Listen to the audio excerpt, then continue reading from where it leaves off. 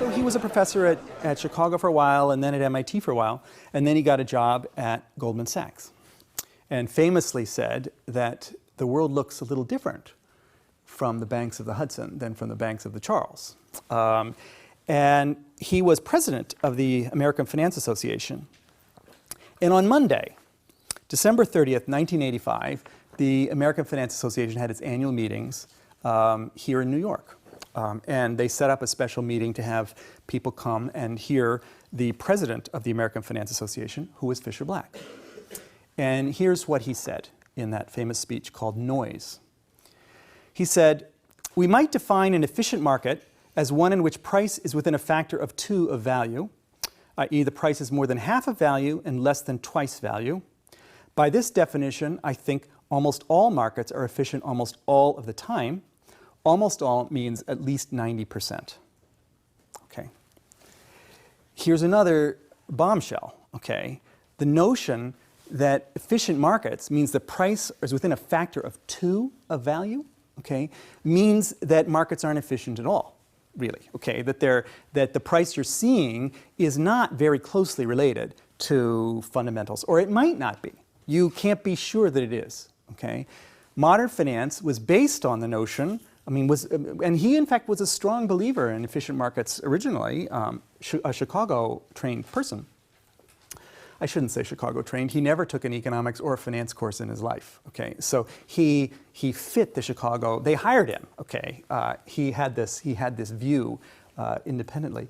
The idea is that these prices are in some sense correct. Okay, these prices that are established here are in some sense correct. They're evaluating the risk correctly. And now here he has this idea that prices are only within a factor of 2. Where does this idea come from? Okay. I think, and I've argued in my biography of Fischer, that it came from his friend Jack Traynor and Jack Traynor's model, the dealer model, okay, which talks about, right, how prices get moved around depending on dealer inventories. Where do prices come from? They come from dealers who are quoting bid-ask spreads. Okay?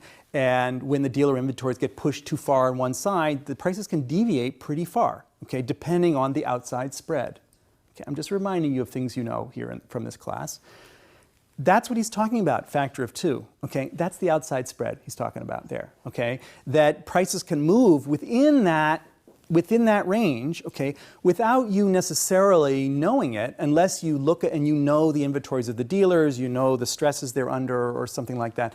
They're not necessarily, the prices you observe are not necessarily very tightly attached to the fundamentals, as it were. It's Traynor added to CAPM, okay, that is giving Fischer this new idea. Now there's a sort of irony here too, because Fischer didn't learn CAPM from the economists, he learned it from Traynor. Traynor actually had a version of CAPM that was completely correct, that he never published, and that Fischer saw before the Sharp version, before other versions. So Traynor was the sort of the idea, had some ideas behind the scenes that were very influential for Fischer, both CAPM and this dealer model idea. I emphasize, of course, in this course, the dealer model a lot. Okay, as I said, what I'm trying to do is make the money view talk to finance. Okay, and I think that the dealer model is a bridge. Okay, the beginning of a bridge. Fischer Black adopted the dealer model, okay, and explored it. He thought it was interesting. By the time he died, which was in 1995, I think he had moved pretty far away from efficient markets, as we can hear. That was already 1985. Okay, so he had 10 more years at Goldman Sachs. But I don't think he had moved all the way to the money view. But maybe if he had lived, okay, he would have, okay, by now. I certainly see myself as building on that, and I imagine myself talking to Fischer in the audience and saying, okay, you came part of the way, okay, now the next logical step is here. And what are these steps?